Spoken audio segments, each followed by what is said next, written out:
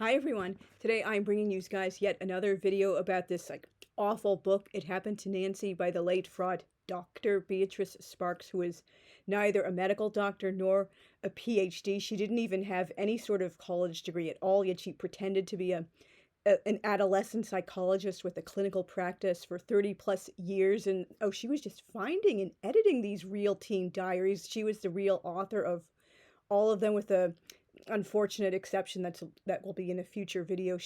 21 of the entries in Jay's journal came from a real young man who unfortunately took his own life. But other than that, all of these books, she made them up completely by herself. And this is going to be the final installment in the series I have been running about everything wrong with It Happened to Nancy. I have 2 more videos coming up in this series. That's just going to be a full synopsis and review of the book and my final thoughts upon revisiting it.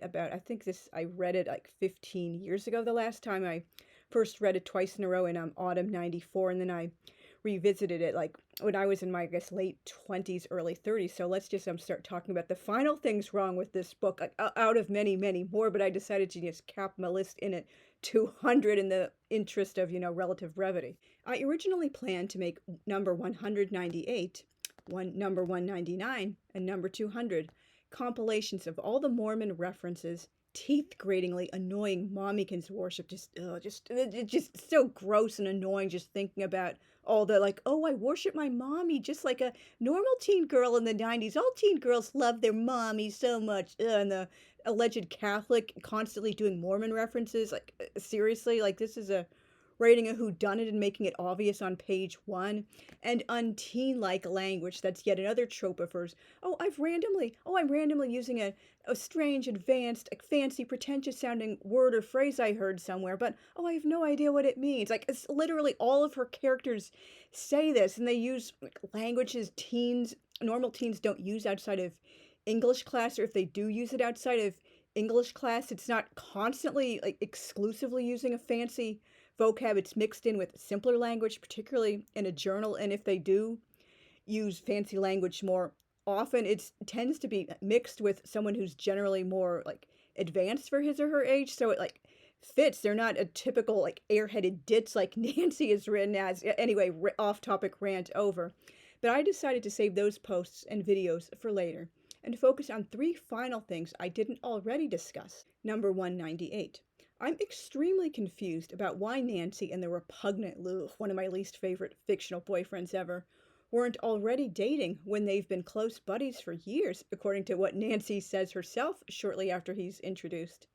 Is Dr. Fraud using the friends to lovers trope? And I know that exists many times in real life. People are just opposite sex friends for many years, or if they're gay or lesbian, the same sex, and they were literally nothing but friends. There was neither of them ever even thought, oh, maybe I would like to date this person, or thinking of them as more. But whatever happens, just circumstances that lead them to, oh, maybe this person would be cool to date, or we're growing closer and suddenly we're thinking of one another as our romantic partners. Wow, where did that come from? I know that happens in real life, but the way it's done in books as the friends to lovers trope, it's just so realistic and forced, and obviously not how it usually happens in real life. It's just meant to force a relationship in a really cliched, stupid way.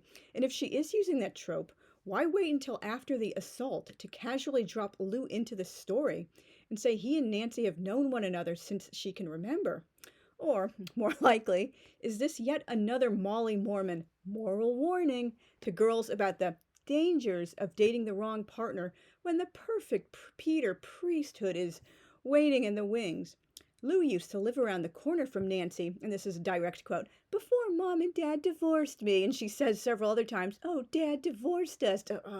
Because it's not a real Dr. Fraud book without casting divorce as one of the worst things possible. This comes up over and over again. All the most messed up characters in her books, it's blamed, their parents got divorced, no wonder she got into drugs or started dating older dudes, or her mother was away working because she can't be a stay-at-home nice little Mrs. Husband's full name and full-time wifeykins and mommykins. No wonder she was so vulnerable to being taken advantage of. If only mommykins were still at home instead of working and divorced. So horrible.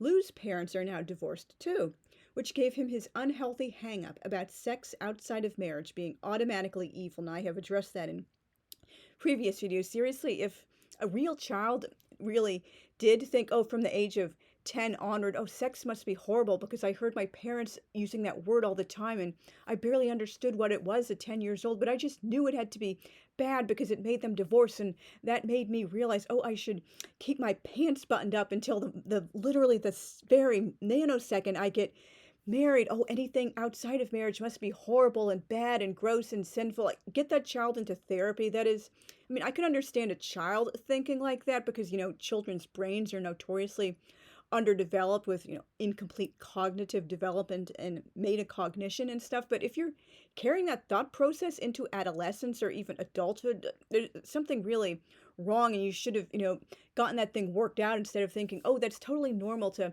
have the same like childish attitude and like, oh, it must be evil, like beliefs about sex from the time you're 10 until you're like a teenager. Like, what?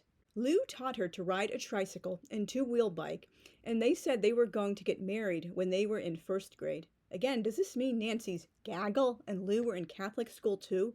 Or do they live in Mayberry and thus know everyone regardless of which school they go to? And it really doesn't seem like any of the rest of her precious little gaggle is Catholic, particularly because she and all the rest of her friends, they stay by Red's family cabin on a lake in the summer shortly before she discovers she has AIDS and shortly after the assault. So basically in between those two big events. And Red's Uncle Bill gives this like creepy fire and brimstone, very, very evangelical, like Protestant type sermon at a church service in the cabin about sin and repentance. Oh, and you're all constantly sinning. Oh, I'm pouring this black stuff into a bottle. Oh, and look, that black represents all the times you constantly sin. Oh, we're all horrible sinners. But oh, look here, here's another bottle with bleach, and that's when you repent. And oh, what a surprise, all of Nancy's friends get super into it and they totally agree with this sermon. They're not, oh, I'm so angry and like, well, how dare you trick us? You like blindsided us, forcing a church sermon on us.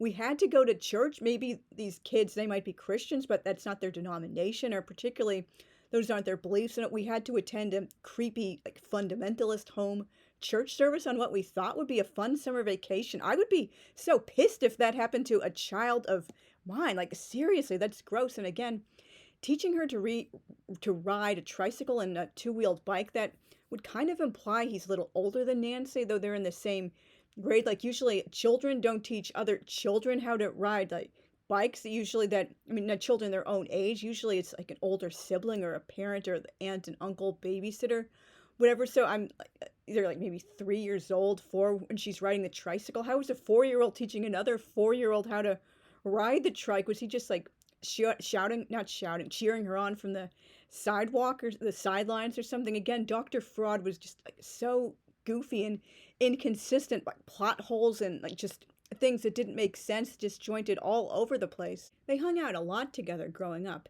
and Lou supposedly took care of her, like he's beginning to take care of me now. Like, how is he taking care of you by being like throwing his weight around and acting controlling? Just so every time this dude came up in the book, he made me so angry.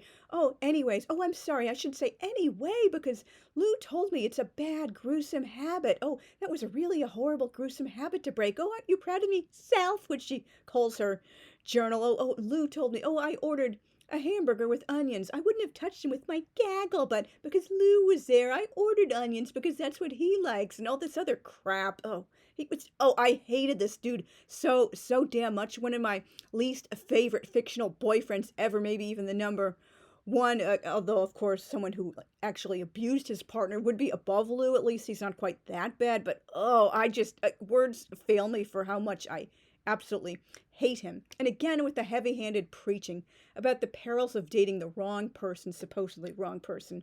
If only Nancy hadn't been so eager to sneak around to date an older guy and invited him over when Mommykins was away overnight, she wouldn't have been raped and given AIDS, and she could have had the perfect relationship with a cartoonishly perfect guy. This is just rereading it as an adult. It's such an obvious, like, moral warning baked in. This isn't just, oh, that's really an unfortunate thing. She met the perfect guy, or like reacquainted herself with the perfect guy not long after she dated the wrong guy and found out the hard way he wasn't right for her. That just seems like, a convenient trope, a deliberately planned a plot line in a book written as a novel, not an actual person's journal. I know that does happen sometimes. Like, for example, you get out of a bad relationship and then shortly afterwards you find the right person, or like women, they're getting like older like I am, and they decide, let's just go for it and do like artificial insemination, because I'm not like waiting around for a husband who hasn't shown up in like 20 plus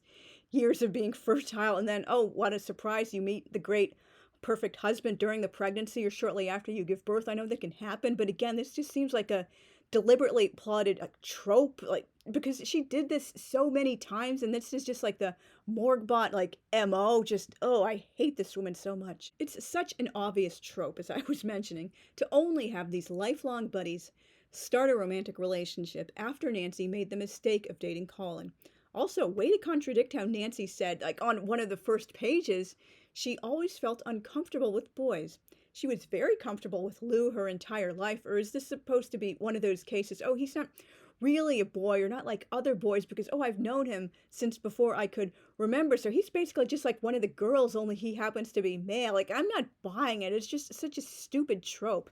Nancy also contradicts herself by saying, which I addressed in a previous video about her like judgmental Victorian values, what if after asterisks, ampersand, plus sign, equals sign, minus sign, I hadn't met Lou, and I'd become just another one of the school whores, passing it around like M&Ms. Oh, what a judgmental, oh, you know what, and those were only a string of 5 symbols. When she uses the symbols in place of Colin's name, like on and off sometimes, she consistently only does 5 like symbols, and Colin is written with 2 L's, so she should be using 6 symbols. So again, Dr. Fraud could just not keep her plot line or anything about it straight. And again, I did comment in a previous video at length, like, oh, I'm just casually slut-shaming girls at my school who happen to be sexually active. Oh, they must all be crawling with STDs and just passing them around like M&Ms. Oh, I just have no words for this like, Molly Mormon garbage. Which is it? Did she just meet him or become reacquainted after many years apart? Or were they always friends? Because this is two like very contradictory things she's suggesting like throughout the book. Number 199. Speaking of, it's not realistic for Nancy to jump right into a new relationship so soon after the last one ended so violently and traumatically. How many rape survivors are already dating, let alone launching a full-blown serious relationship and almost having sex with a new partner barely over a month later, if not even that long? They're technically not dating because, oh, just like a Mormon, she's not allowed to date officially until she's 16, but it definitely looks like dating to me, just under any other name. It's not uncommon to wait months before trying even one date, if not years, because obviously I shouldn't have to explain so many like, rape survivors. Thank God I've never been raped, but I know from reading about it and listening to testimonies and such, there's such like an overpowering trauma. Many women and of course men unfortunately get raped as well, like by other men. Like 99% of the time they're like so like reluctant to get into a relationship or even go on a date. Oh, will this guy do the same thing to me? Will he, even if seems like a good guy, will he run away or look at me like a freak or just react badly if I tell him eventually I was raped in the past? Or will he be angry if I don't tell him up front and I just wait until after the relationship is serious? What if I start having a panic attack or a body memory flashback if we like kiss or something like that? Will he understand if I say I don't want to have like sex right away? I do know many people these days, they're not as old-fashioned as I am. They don't wait until they have serious feelings or think it's like heading towards marriage to like start having sex. Yeah, I know I own my dinosaur values, just things like that. They're just so like traumatized, and there's like triggers even if they're not doing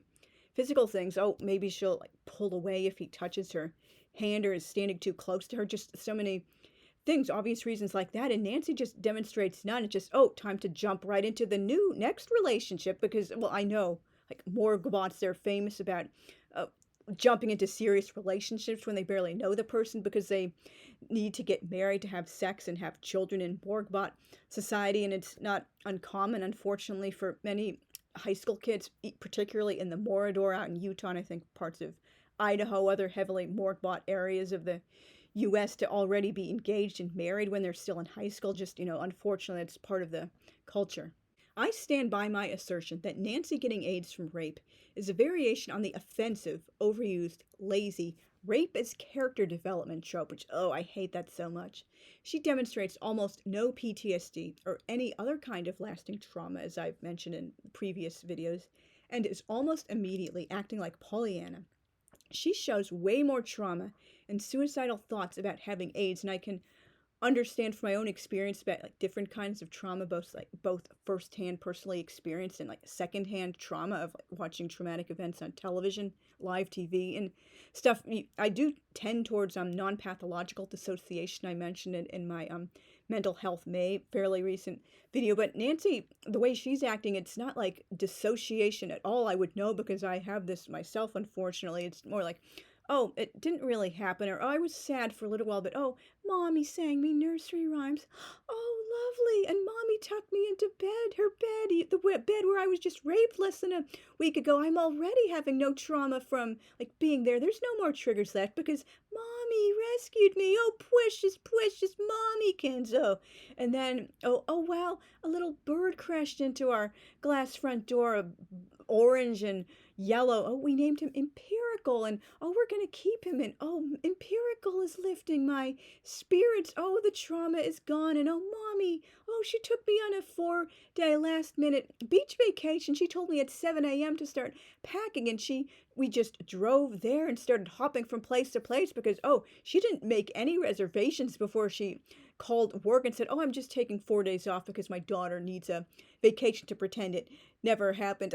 She never gets any therapy at all. It just makes me angry as someone who has suffered different types of trauma myself. Like, how dare you suggest, particularly for a pretended psychologist and an adolescent pretended psychologist at that, like serious, soul-shattering, like just really bad types of trauma can be easily solved within like a week or maybe a couple of months at most, just because, oh, Mommy came to the rescue, or you went to the beach for 4 days, or you have a new pet. And by the way, why aren't they, if this is a domesticated bird and not a wild bird, why aren't they like trying to find maybe someone has a missing bird? Birds do go missing. They, fly through the window, or if it's a larger bird, sometimes they like do flight training or go for a walk together and the bird gets away from them. So, they're just selfishly keeping a pet, someone who might be someone's pet. They just find so many things about these characters just make me so angry. But again, it's insulting to act like, oh, serious trauma can just be solved that quickly, and there's not even a sign, oh, she's dissociating, oh, pretending, oh, this didn't really happen, it couldn't have been like that serious, can we get on with life now? It's now, oh, I have to be Pollyanna, I must be too jaded and negative and mistrusting because Dory is dating a slightly older guy. Oh, I need to be Pollyanna. I'm lost for words at how out of touch this woman was just about everything, particularly psychology, which she claimed to be her specialty and she had multiple advanced degrees in. Number 200, finally. The story is so disjointed, inconsistent, and full of plot holes, as I have said multiple times prior.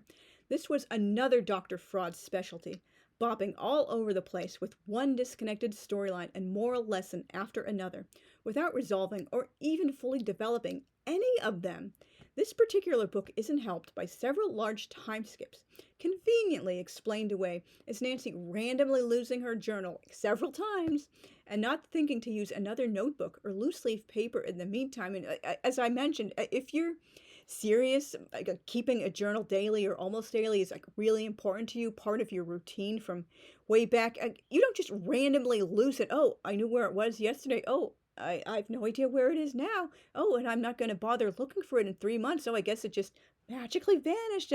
Maybe a brownie or a fairy took it to a magical hatch leading to another dimension or a secret alternate universe. Like, seriously, are we supposed to be that dumb, Dr. Fraud? Why can't the cops find a single lead on Colin? Why does Nancy heal so quickly from being raped, as I mentioned, and never have any lasting trauma from it? How does anyone, even at the height of the AIDS crisis, go from HIV infection to dying of full-blown advanced AIDS in just under 2 years? When did that happen? Like, beyond people like, oh, they were just diagnosed shortly before they died. Yeah, that happened, unfortunately, many times, but like less than 2 years from the initial infection to dying, like when when does that happen? Like, ever? Why are we supposed to go along with the narrative that Nancy is dying at light speed when none of the symptoms described match late stage AIDS and late stage age, and none of the medical professionals I've seen reviewing this book at Amazon and Goodreads have, said it's realistic. No, it's like very inconsistent. Oh, she's suddenly healthy for a really long stretch, and oh, she's hospitalized quickly for a kidney infection, but oh, she took some pills, ACT, whatever. Oh, that cleared up. Oh, little eye infections. They just cut her eye open and put some slow release pills into it. Oh, we never hear about the eye infection again. Oh, now she's just like she's refusing to eat and she's getting weak and losing some weight, but oh, she's carrying on doing all her normal activities. This is not written at all like someone who is dying of AIDS. And this is a slap in the face to everybody who died of AIDS, particularly during the height of the AIDS epidemic when I was a child in the 80s and early 90s, before we had like antiretrovirals. Yes, this is personal to me. This makes me so angry. This is such an unrealistic depiction of like getting HIV and AIDS, and particularly because I believed it was true when I was reading it. I thought she had really died of AIDS. This is so personal to me. It makes me so damn angry. Why does Nancy never go to a doctor after being raped to get tested for STDs and pregnancy? Like, what rape victim isn't doing that these days? And to have her injuries treated and documented, particularly if she's going to press charges, even though unfortunately most cops are not like the cops in the book. They care less about persecuting or prosecuting rape cases. Oh, you must have asked for it. Oh, it's a misunderstanding. Oh, you were both drunk. Oh, think of his wonderful future. How are you going to put him behind bars when he has a scholarship and he has a great life? Just pretend it never happened. Unfortunately, most cops are like that instead of the cops in the book who are actually giving Nancy a verbal beatdown towards the end because I dumped my whole gagging load of gagging garbage. I don't want to talk about him anymore. I'm just going to let him go around, keep raping everybody and giving them HIV because I don't want to deal with the past. I'm pretending to be Scarlett O'Hara. I'll think about that never day. Ugh. How could she simultaneously pull away when Mommykins tries to hug her and do her mothering thing, while also loving to crawl into bed with Mommykins, brush her hair, and give her back rubs? Like, one of these things is not like the other, seriously? Why is Nancy allowed to cowardly run back to South Carolina after a mere week at her new Arizona school? Because she wasn't immediately popular. It's just so stupid, and she gets a home tutor for a while, so she was staying there from the whole summer around there, but oh, when school starts, oh, they're ignoring me. The other kids don't like me. The kids. Oh, but everyone loved me at my South Carolina school, and I never gave a damn about new kids before because I had my BFFs. We were joined at the hip, and she's getting a taste of her own medicine. That's not a reason to leave school or move elsewhere. She wasn't even being bullied like that. She was just, oh, I wasn't popular. They didn't really pay attention to me. What a coward. She runs away or lies every single time she has a problem or faces a difficult situation, doesn't know what to do, and her Mommykins constantly enables her. Gross. What happened to Dory after she obediently gave her baby for adoption? Again, no, there's no PTSD or any kind of trauma going on there at all, or second thoughts. Nope. Oh, I had a baby out of wedlock. I was a whore. I deserve to get slut-shamed. I gave it to the nice, white and delightsome suburban bourgeois couple out in California, 3,000 miles away. I'm going to pretend that never happened. Primal wound doesn't exist. I didn't even hold the baby. It's theirs now. I'm just doing the right thing. Who ever heard of a woman or a girl having any kind of trauma or depression after she placed a baby for adoption? Oh, I hate Dr. Fraud so much. Why do Nancy's religious beliefs match Mormonism instead of Catholicism, apart from obsessing about mortal sins? Rhetorical question. I really know the answer. Beatrice Sparks was such an awful writer and a terrible person.